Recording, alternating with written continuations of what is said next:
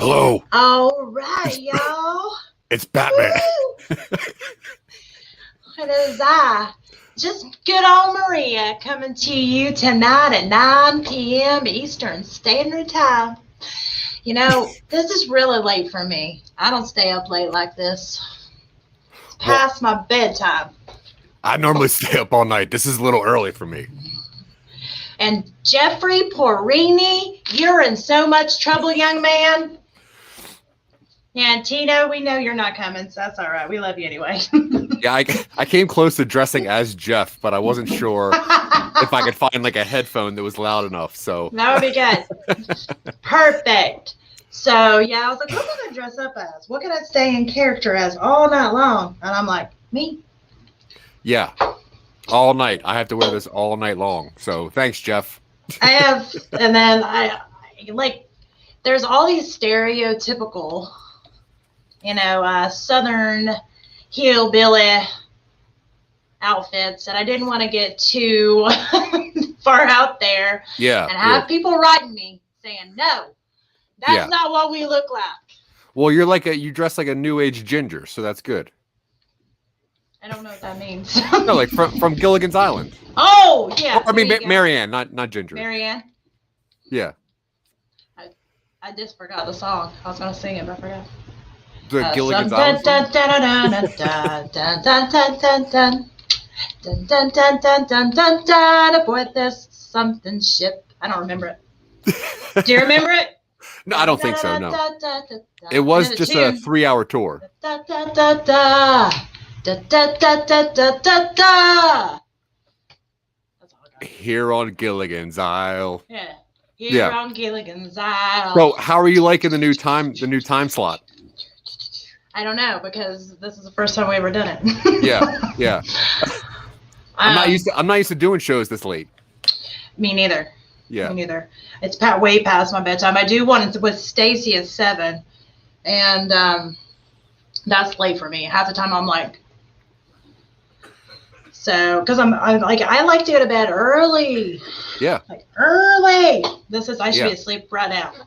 And when this show ends, that's my normal bedtime. So I'm gonna just pass out right here in the back cave. So there's 2 versions that happen with this. When I get tired, I either am like a zombie or I am like really stupid. Yeah. So that's the only 2 versions I would get. So. Yeah. And I'm very sorry for anybody that is watching me mouth breathe. This doesn't have nose holes, so. What's that off of? What's that off of where the character mouth breathes? Oh, it's on Hocus Pocus. Well, that's the one. Remember when he's all like. Oh, yeah. So what's going on? How's your week been? Focus. It's been crazy. It's been crazy. So it is. My daughter had her baby. Awesome. So, which was cool. So now she's got 2. She's got 2 babies. So that's pretty cool. We're going down there this weekend. Yeah, double trouble. And and other than that, it's just been business stuff. Like we're opening up the coffee shop, so we've been working on that build out, and it's just crazy. Life's crazy and busy. Life is crazy and busy. So crazy busy. How have you been? Good. We finally got done filming our movie, so that's filmed wrapped, which is great. So it's off to the editor now, and then we got about a week with the composer, and then it should be ready to be viewed. So very soon. I'm excited. So do you get to say that's a wrap? No, I wasn't the director. I mean, I did say it, but nobody heard me because I wasn't around people. No, but it was a wrap, which is cool. And I've been looking at some of the shots, and they look incredible. So I'm very excited. That's awesome. When does it air? Or like when do you show it? I don't know how this works. Tell me how this works. So we're going to enter it into a bunch of festivals. So okay. So you'll be able to see it within the next couple of weeks as a friend of mine. But the majority of the public won't be able to see it for probably about a year. We have to, like I said, put it into different festivals.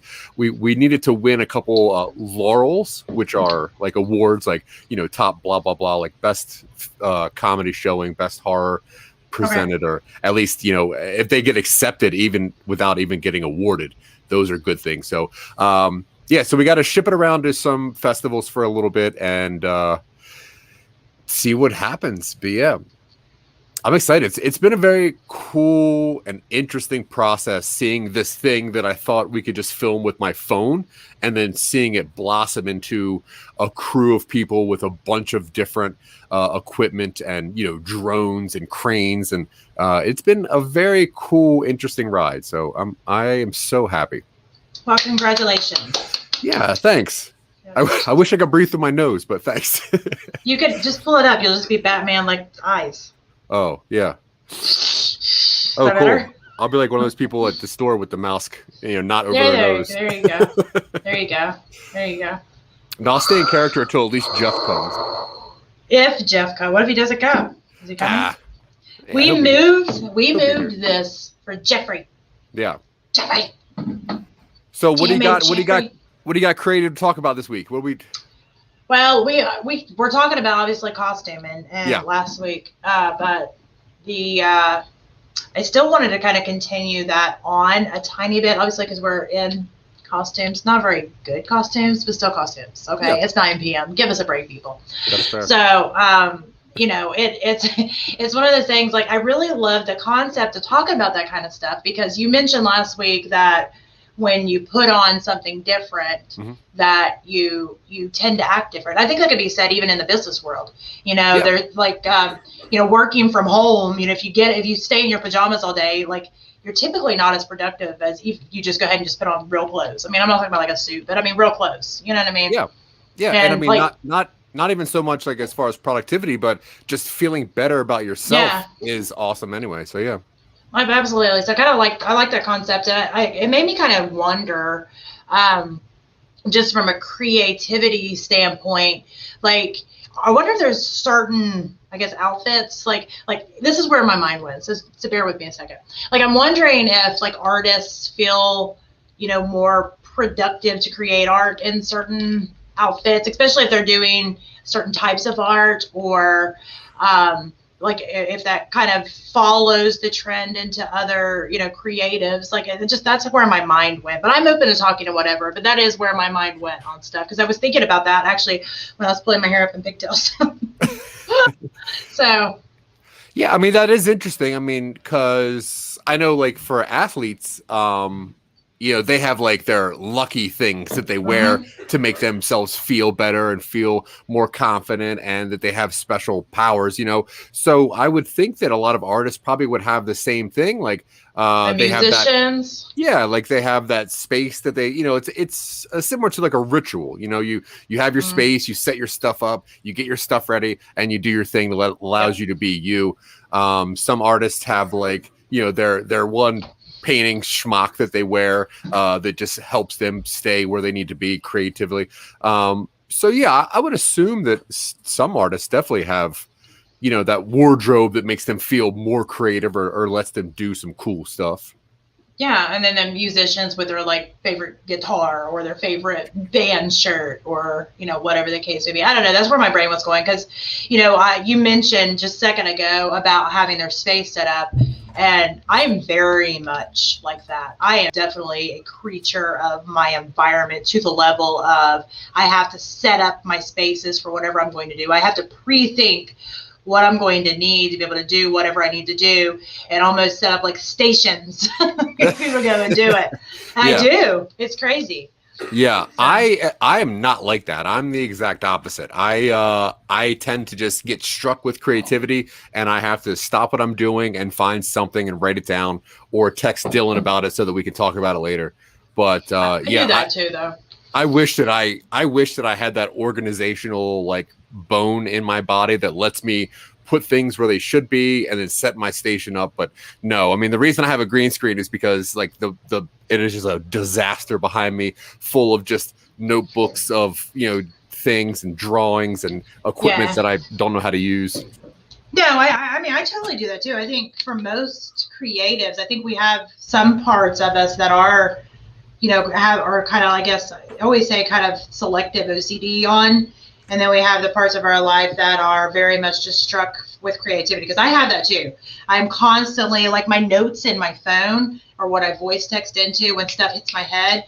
I also have voice recorder on my phone where I'll talk stuff into whatever creativity strikes. Yeah. I have notebooks upon notebooks. I have whiteboards all over my entire building.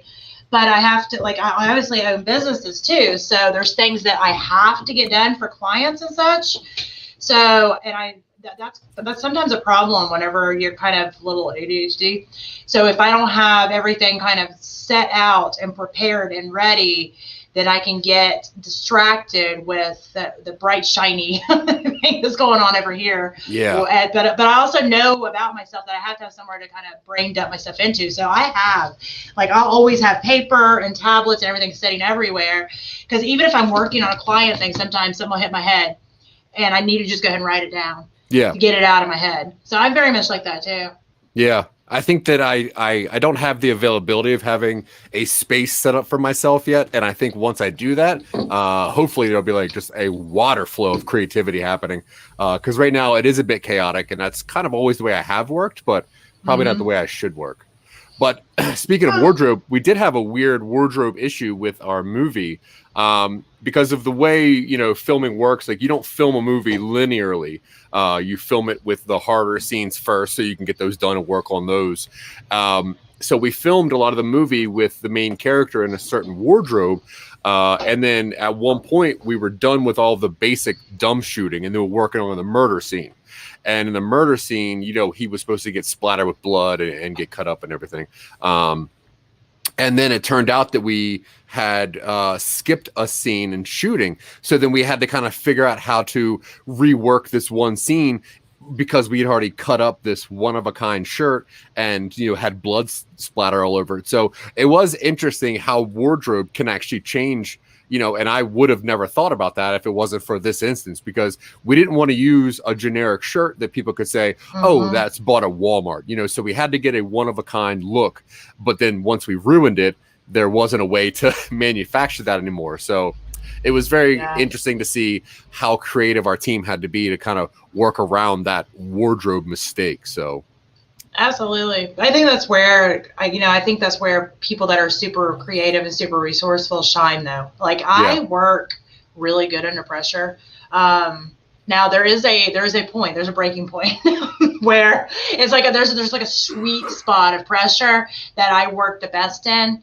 And like I, you know, like to kind of jump in, and I think of kind of these out of the box ideas of stuff. It just automatically just comes to me. And I think a lot of creatives tend to be like that, tend to be very resourceful, and that's where they really shine. Yeah. I mean, for me, like, I grew up in the restaurant industry. So in that industry, it's about, you know, early preparation and then problem solving quickly. You know, you can't really teach somebody how to handle having a toenail on a salad, or, you know, having a ceiling fan fall on somebody. So it's about problem solving quickly and getting out of a situation. So because I spent 20 years in the restaurant industry, constantly just dodging problems and fixing weird things, I think that I tend to leave myself until that chaotic moment where I have to perform and I don't want to let anyone down. So I just have to do it. And it was the same thing with stand-up comedy.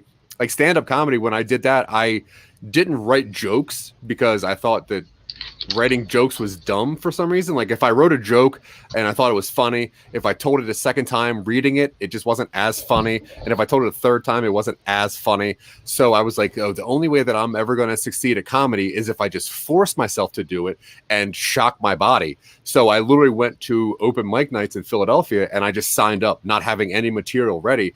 And one night I got called up and I had to do a 3-minute set, and it was incredible. Like, I did a good job from you know, my point of view, but it's something that it's like jokes that I would not have thought up and been able to have write down because I had to have been in the moment. So I think I do work better in that chaotic you know, last minute deadline thing, but I don't want to because it can be stressful. No, it's definitely. And I definitely think there's definitely a sweet spot because do you tend to have like a moment where instead of it inspiring you to be more creative, that it shuts you down? Oh, absolutely. It gets to a point where I start looking at a clock and I'm like, oh, I have an hour until, and then I start like really demoralizing myself. And it's Yeah. really like, I should have prepared for this. I should have got this ready, blah, blah, blah, blah, blah. And then, yeah, and then that makes me want to do it less. So it is something that I constantly work on. And it's something I'm trying to get better at.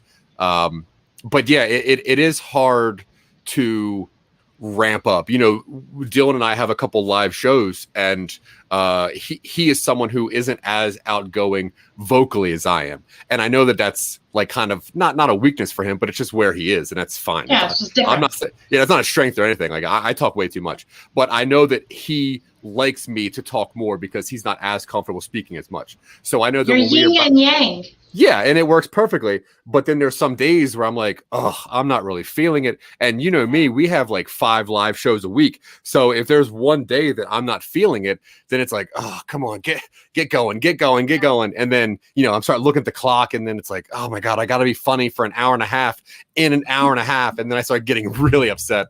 But yeah, I found that, you know, yeah, I know. And then I just scream at Dylan for a second before we go live, and then it works okay usually. But yeah, I need to learn how to prepare more. I think that would help my creative growth, because a lot of what I do is spur of the moment. It's whatever comes to my brain. But if I were to have one thing that you were taught in restaurant industry is when people get stressed out, they revert to their core training only. It's not about how much extra training you have. You go back to your very initial core training of whatever. And my core training for podcasting is 0. So it's just nervous talking, you know? So when we get stressed out, it's like you go back all the way back to your initial training. And because we weren't trained at any of this, we don't have any training. It's like you're stuck at 0. And, you know, you just kind of got to hope that the brain kicks in and just goes. But if I had a bit of a script or a bit of like some preparation done, then I would have a little bit of fallback. I'd have a little bit of a net just in case I needed it, which would maybe make me feel more confident and comfortable about what I'm doing. I think there's a balance of that too, or at least for me. I think if somebody hands me a script, I'm nervous. Yeah. Because I know I am not going to say that script. I mean, I've done stuff like that where I've looked at the script. I'm like, okay, we're going to have talk about this. So I can get into the character and I can say, you know, because that's how I've always tried to do it, is like, okay, well, I try to think what they would say, how they would say it from my own standpoint. But as far as like learning exact lines, I have a problem with that, because I do a lot of ad lib type of things. And it's hard for me to learn scripting. It's hard for me to stay on script. And also because, you know, I'm kind of ADHD, and, you know, typically during conversation, something else will hit my mind that I think is better to say. So then I say that instead. Oh, you know? Yeah. That's funny, because like we had the exact same problem when doing the movie, because the director would send out these casting calls, and like for the day, it's like, okay, in this day we're going to go over these scenes, and I didn't look at this one for the one day. I just knew I had to be on set all day, and it's like a 14-hour day. Oh, but what's that? I said, oh my Lord, 14 hours. Yeah, it was fine though. But I didn't realize it that I was in the last scene as an actor, and I didn't know that we talked about that. So at the last minute, and it's like 7 p.m. and we have like 2 hours left, and they're like, okay, do you have your scenes ready? And I'm like, what are you talking about? And she's like, no, remember, you have 2 lines, you're this one guy. And even though me and Dylan wrote the script, like we wrote those words, I could not remember those words. And then I ended up trying to ad lib. And then the director was yelling at me about not having my own lines right that I wrote, that I could not change because it did not make sense. So that was a very weird. Perfect. Yeah, that was a very surreal moment where it's like, well, this is all my story. Like, what? And she's like, no, that doesn't make sense. Stick to the script. I'm like, I don't know the script. So yeah, that was crazy.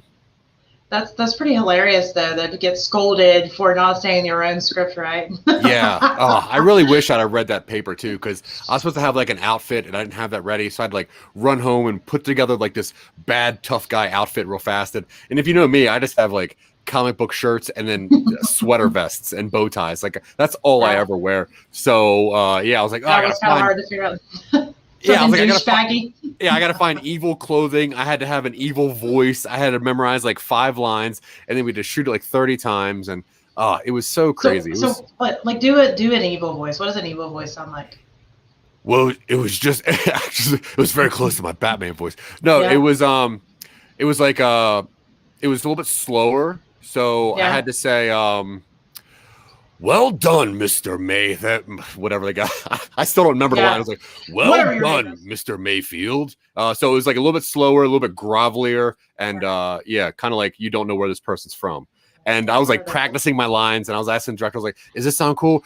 Well done, Mr. Mayfield. And she's like, no, stop with the inflection. I'm like, I can't. And then yeah, it was it was pretty Perfect. it was pretty crazy. But yeah, I think this it should work out great. I'm super excited to see it.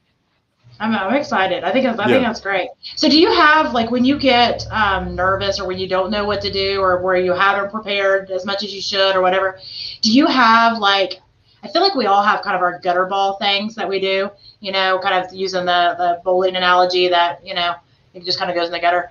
I think we have all have our things that we do. I tend to say a lot of dumb jokes, like just dumb jokes, because I feel better when I'm saying something really stupid than I do when I'm trying to be super serious and it's not working out. Yeah, I know that about you.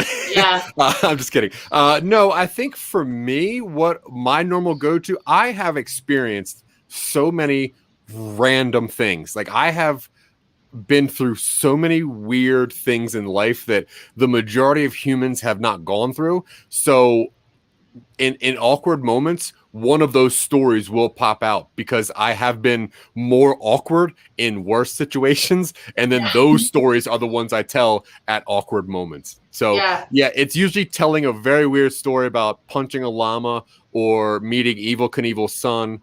Or getting thrown out by Danny Glover. So like, there's all these weird stories that like, if I ever start getting stressed out or nervous, I tend to just start talking about, yeah. I usually try to say something that is completely stupid and makes them go, what? Yeah. Why? Because then I'm like, okay, they just forgot about all that and we're on this. Yeah. And I'm prepared for this. And I don't know if this is something about just me or if how every individual does, but I'm someone who likes to kind of lead conversations. So those awkward moments seem to rest on my shoulders a little bit heavier than most people, because I'm always like, come on, Zach, say something. You're the one that can always say something. So just say something. So yeah, those moments do hit me very hard.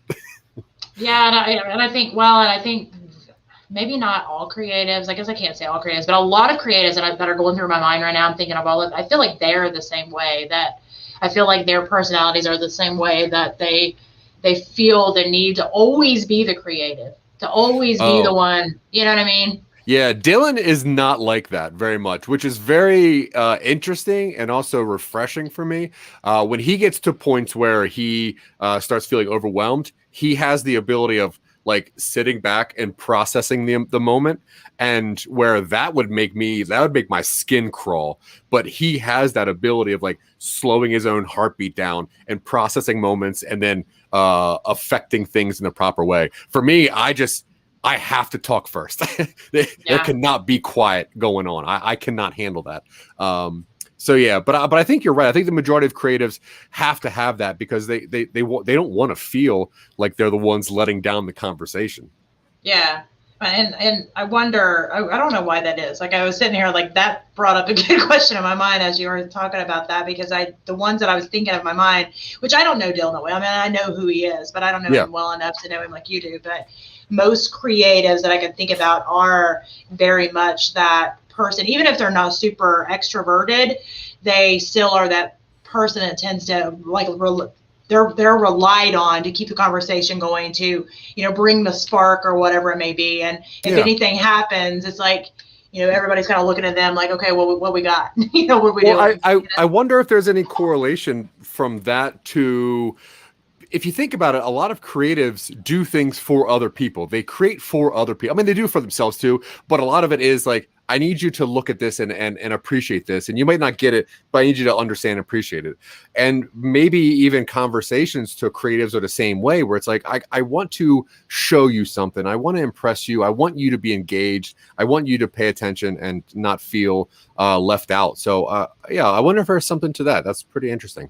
I think it's really interesting. And one thing about us moving the show to this new time that I actually this is the main reason I did not fight it, because like I said, this is past my bedtime.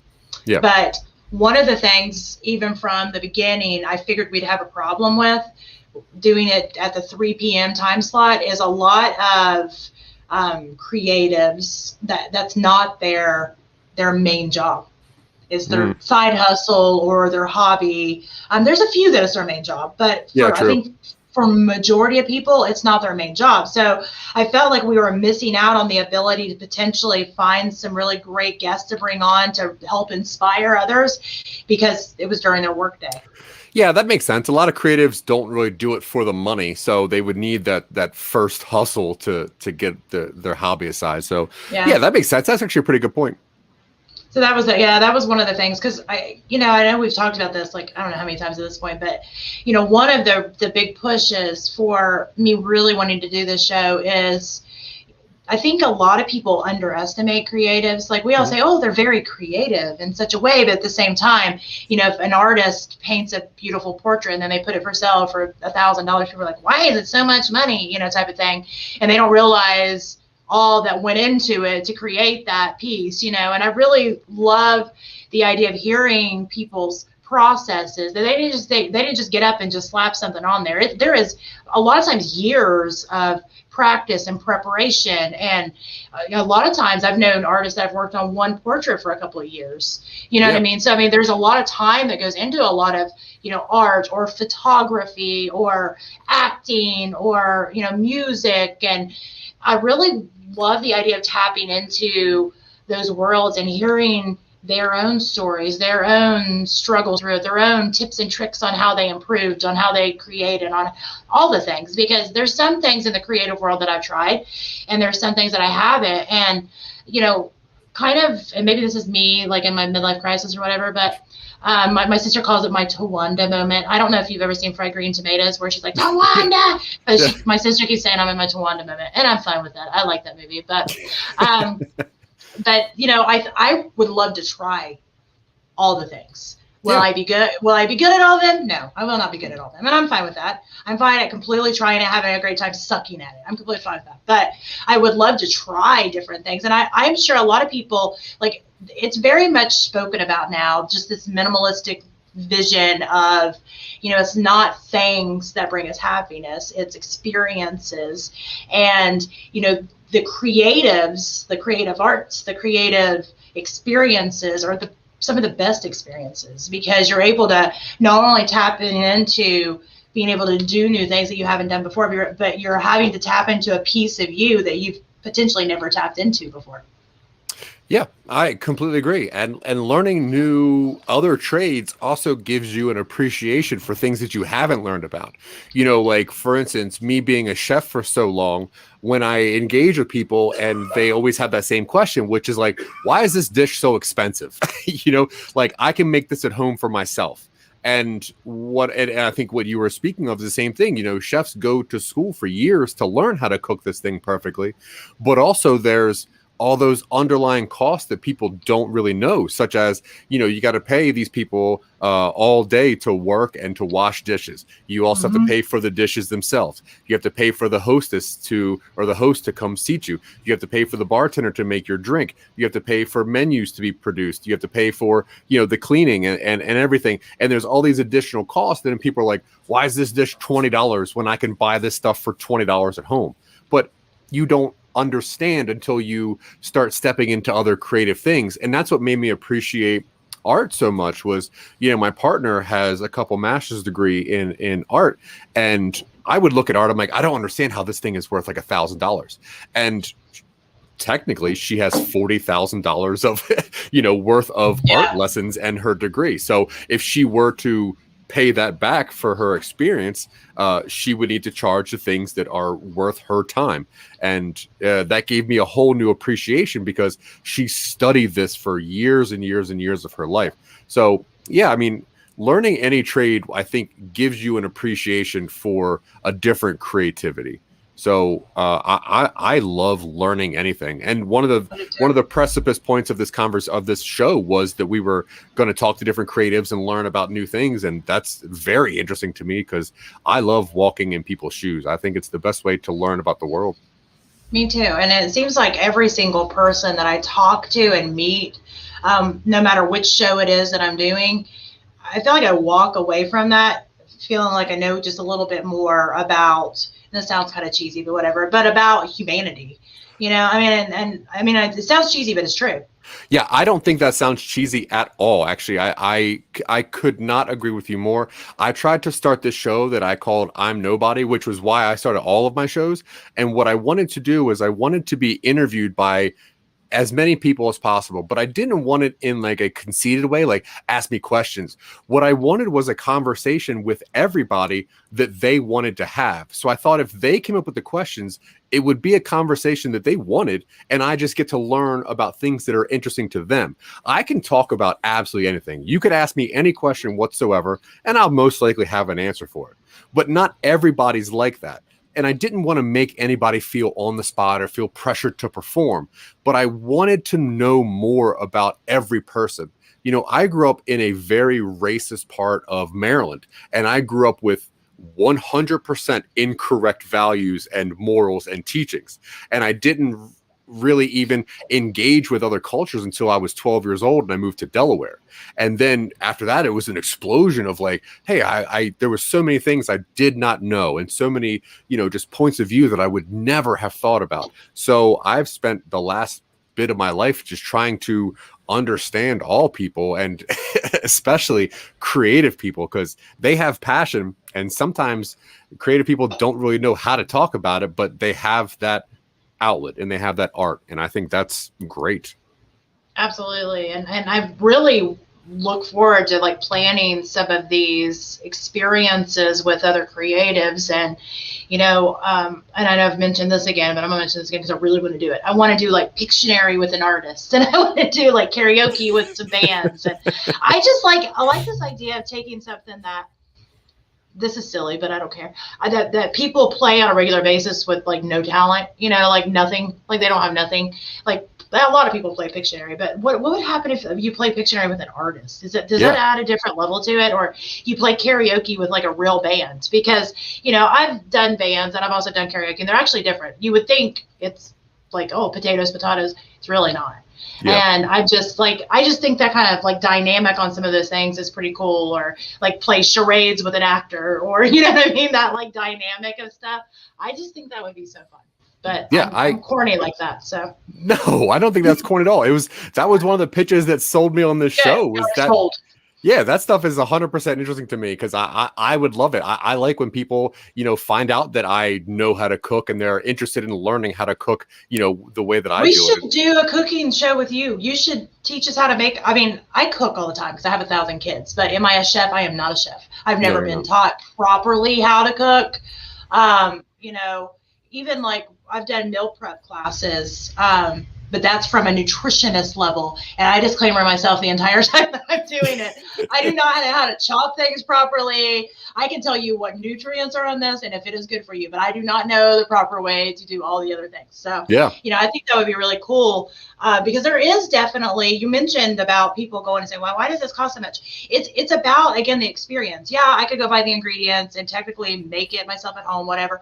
But it doesn't taste the same. Even if I do it exactly the same way, it doesn't taste the same because it's the experience of going and sitting down and, you're sitting, you're maybe having a glass of wine, you have the different aromas, you have the lighting, you have the ambiance wherever you're sitting, whether it's high end or low diner, it's still an ambiance. Mm-hmm. And I like both. Trust me, I like both. And, then you have your plate brought to you and it's been presented to you and plated, and it's just a different experience. And I'm willing to pay for that. That's the stuff that I am willing to pay for, is experiences, because that's what I want more of. And I think I think people want more of it, even if they don't realize it, and they keep trying to fill it with just stuff. Yeah. But stuff doesn't give you experiences most of the time. Yeah, that's true. I mean, obviously, like, if you're on a budget, you got to learn how to cook at home, and you got to do your thing. But yeah, I would love to teach anybody how to cook anything. I am more trained in like classical Mexican cuisine, but I've also been trained in North American cuisine and also a little bit of French. So if you name a dish, most likely I can cook it, and I would like love Mexican cuisine. I'm good with it. You had me at Mexican cuisine, so I'm good with that. And yeah, I mean, I don't eat out for every meal. I couldn't afford to eat out for every meal either. I wasn't saying that. I was more just saying no, that, I know, yeah. Yeah, I just if I'm going to spend my money on something, I would definitely rather spend it on the experiences. And yes, we have to spend it on tangible things too sometimes. I mean, no, you're right, but the money that is spent at restaurants is for a total package and not just that one plate of food you got. It is walking into a place where other people get to see you and you're like, oh, you're out. It is the night out. It is the paired cocktails. It is that the manager coming and check on you. So yeah, I 100% agree. And there are a lot of costs that people don't think about that, when it does come down to just like, but it's food. It's not just food. It's years and years and years of prep for you to come in this one night. I'm more than willing to pay for food. I like food. Yeah, I love food. But yeah, I will definitely teach you to cook something amazing without a doubt. I think that would be great. I think people would enjoy that because, I mean, again, if maybe you can't afford to go out, or maybe you just don't want to go out, or maybe you just want to have a night in, you can still make a meal an experience. And all of my meals at home are not experience. Trust me. I've got the stuff where I just throw it out. I'm like, here's a bowl of cereal. Just freaking eat this. I am done for the day. You don't have to make everything. Doesn't have to be experience. Sometimes it is about survival. I get that. Yeah, true. But, it is good to, pick a day and say, okay, well, today we're going to do this. And you experience the cooking it, experience, tasting it, experience all of it. I think that would be great. If you'd want to kind of walk us through. I love learning new recipes, and I don't like following recipes. Like, my mom loves recipe books. I've always been one of those that I like to, same thing like I just said with the script. I like to look at it and say, that looks really good. Let me make it my own. And that's how I cook. But I would be willing to kind of follow along with you. And you're like, here, chop this. And I'm like, okay, I can chop this. Well, so that's the best thing. That's one of the reasons I'm not a baker, is because I cannot follow recipes. Like, a lot of my dishes aren't very similar, except the ones that I absolutely love. And then I really stick to the recipes. But a lot of what you learn, here's the base of it. Here's why it's done like this. Yep. But then obviously your tastes are different than my tastes. So when cooking something at home, dude, make it for yourself, But the thing that I really try to engage with people when it is cooking at home is the presentation. There's something very special. You can cook all the same stuff and throw it onto a plate, like, here, here, here, here, and that's whatever, and you're eating. But if you just kind of work the plating a little bit, and you take the piece of meat and you put it on top of the potato, and like when you put it in front of anybody, or just give it to yourself, just because you put that extra little bit of care and attention onto it, it makes you feel better about yourself. It makes you want to take a picture. You feel like a chef for doing cool stuff. But the most important thing is you're treating yourself well for no reason. And that's beautiful. So yeah, when I cook dinner at home, I will try to garnish it, and I'll try to make it look pretty, because I want to impress people and I want people to feel cool. Because even if you're having Cheerios, you have a bowl of Cheerios, boring Cheerios. Take like a strawberry and just kind of cut it up on top of it, and it looks so beautiful. Or just throw some blueberries on top of it, and it's good for you, and it makes you just feel a little better. So I'm all about it, and I'll definitely show you some cool stuff. I think that'd be good. And we'll have to plan that out. And if anybody's watching and you're interested in potentially coming on as a guest and sharing some of what you do, please feel free to reach out. And I know I was going to reach out. I'm going to call her out on here, so maybe she feels guilty and wants to do it. I was going to reach out to Jess Paul too, again, and have her on, because I would really like to watch her, if she'd be willing to. At least, I know a lot of her stuff is like steps, so I don't know how she would end up doing it, but maybe she would have different stages. If she'd be willing to show us, her stuff looks like real food. Yeah, it is so beautiful. Crazy, like how she even does that, because I just think back to I never did really take a lot of, I took art in school, but our art teacher was not a good art teacher. She taught us no things. So, like, I never did learn a lot of that kind of stuff, and I'm intrigued by it because my great grandma and my grandpa, they were both painters. They painted, but I don't know how to blend. I don't know how to shade. I don't know how to like do those things, and it just intrigues me that people can make things that look so real. And you know, there's lots of beautiful things that you can tell are abstract or whatever, and I like those too. But the fact that, like, I look at it like that looks like a piece of freaking pie. That looks like real pie. Why does that look like pie? And it's like foam. Yeah, like, how and does also, that happen? why does it look better than any actual pie I can get? That's the annoying part. Like, I can cook real food, and her fake food looks better than my real food. It's crazy, and Ugh. I would love to have her on to be able to do that. So I don't know. I think that would be intriguing. I'd like to have people come on and give us like little mini lessons on here, do this, and here, do that, and here, do this. Yeah, absolutely. Because I want to learn it. I want to do it. And I love Jess Paul. She's actually coming on Talking Upstream pretty in like the next 2 weeks. She is so talented. So creative. She is, and she does obviously acting as well, and super talented, super talented. I never did. I had kids. I got married young and had kids and stuff, so I never did really pursue a lot of stuff that I did creatively that I was really drawn to do. You know, because real life gets a hold of you a lot of times. Yeah.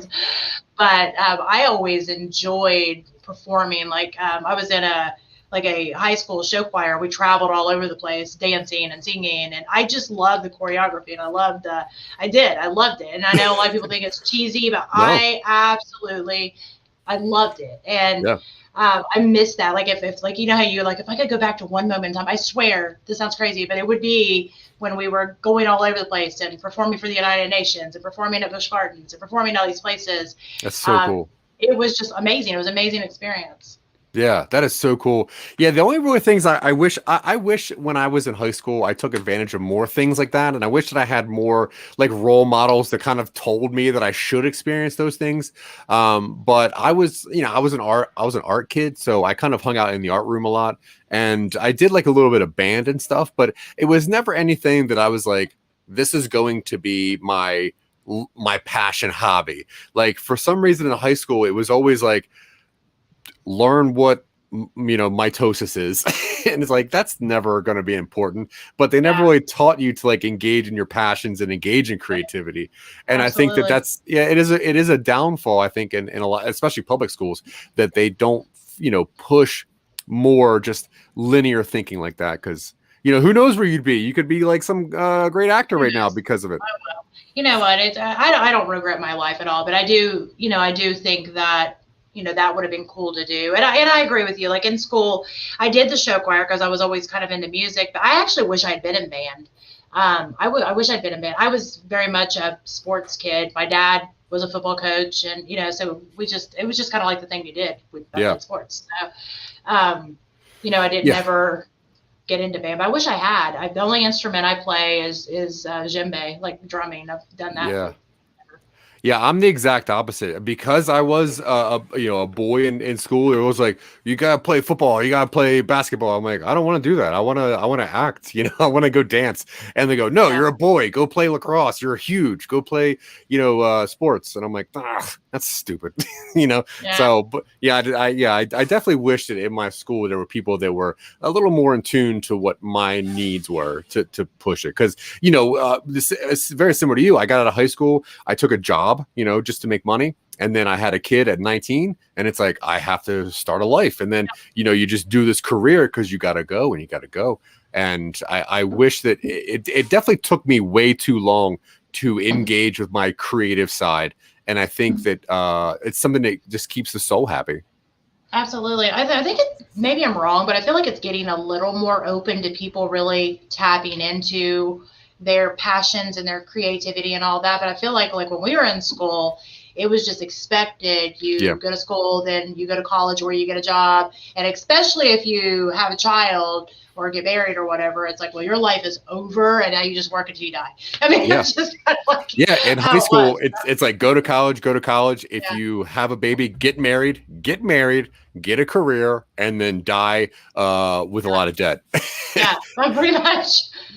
But now it's a little different. It can be a lot different, but there's a little bit more leeway for creativity. And I think that the world realizes that, and they start honing in on that. You know, it's not like anyone sees really good accounting done and says, I'll buy that, you know, but they see really nice art and they go, I want that around me. So I hope that, you know, creatives can sustain.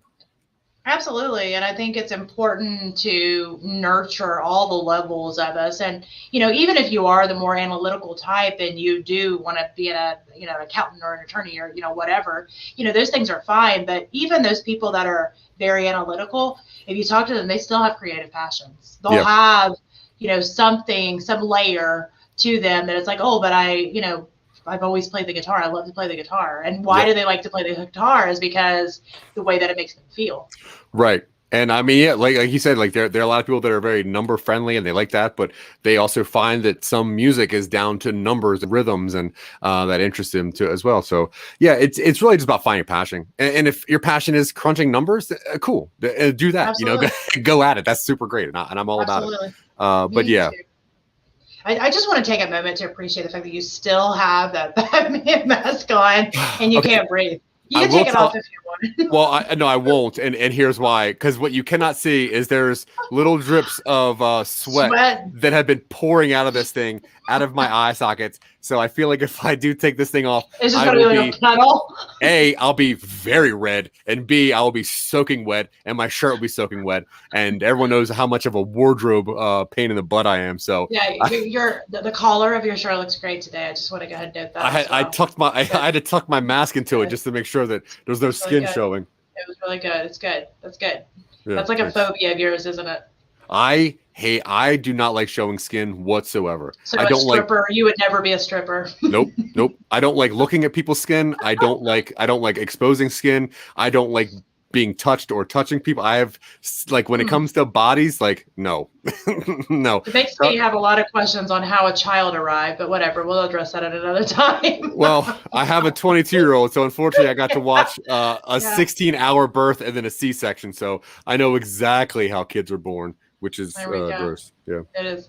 It is kind of gross. It's kind of gross, but it's kind of beautiful at the same time. No. It's 100% gross, and the after effects is fine, but it is not a beautiful process. It is disgusting at absolute best. It is disgusting. It is definitely disgusting. Obviously, I've been through it like a bunch, and I didn't get to see everything going on.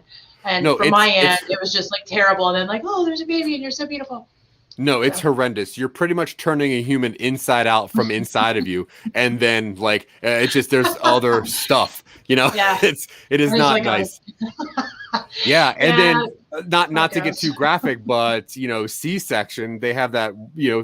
Do you know how that's done? Do you know how that? Have you ever seen one of those? I've seen a C-section, yeah. So they just like grab the guts and throw the guts up there, like they literally just grab them and throw them, and then there's a blue baby comes out. It's hideous. So you're not the type that likes to watch Surgery Channel or anything. See, I hate that stuff. No, I like it. No, I'm not that person at all. I cannot stand that. So I love my kid, but I did not want to watch her be born. It is gross. Okay. You're like, that was the worst day of my life, except for the best. It was the worst and best day of my life at the same time. Well, it was the worst and best because, yeah, she's beautiful and all, but more importantly, Armageddon came out on DVD the exact same day, and that's when I got a very first DVD player, so that was a very big deal, and I got in a lot of trouble because I went to Best Buy to buy Armageddon instead of going to the hospital for my, for my daughter. I'd say you got a lot of trouble for that. She's fine. She probably understands now. She's like, now she hung in there, and she loves Armageddon too. So we're all happy with it. It was meant to be. It was meant to be. Well, I think so. You can take that mask off. We'll go ahead and end a little bit early, but I will kind of make a kind of shout out again that we are looking for people that are creative and would want to come on the show to teach us. Teach me, I want to learn things. Teach us about some of your creative processes, you know, what you do, how you learned it. If you want to give us a demonstration, walk us through it. I would actually love if you were like, I need you to get a paintbrush. I'll be like, okay, I want to try. It'll look like a terrible stick person, but I want to try. Yeah, I'm 100% with you. Let me know what I need. I will grab it, and I will do as good of a bad job as I can. That's how it goes. That's how you learn. That's how you learn. So we are now doing Talk Creative to Me each week, Tuesday 9 p.m. Eastern. So we're hoping that we'll be able to tap into more creatives that way who, maybe are available during the evening times. And so we're looking for somebody next week if you're interested. If not, then we'll be back on here. Who knows what we'll be doing or saying. Let's hope and pray that Jeff Perini and Tina Marie Trimpert make it, because it's become the Zach and Maria show. But that's fine, guys. And you have anything else you want to say before we get off? That way you can take off your mask since you're melting. No, I don't think so. I love the show. Thank everybody for watching. Get creative. Yeah. Keep talking to us. Yes. Keep creative. Get creative. Yeah, I love that. So see you all next week. And thanks a lot for watching. Bye.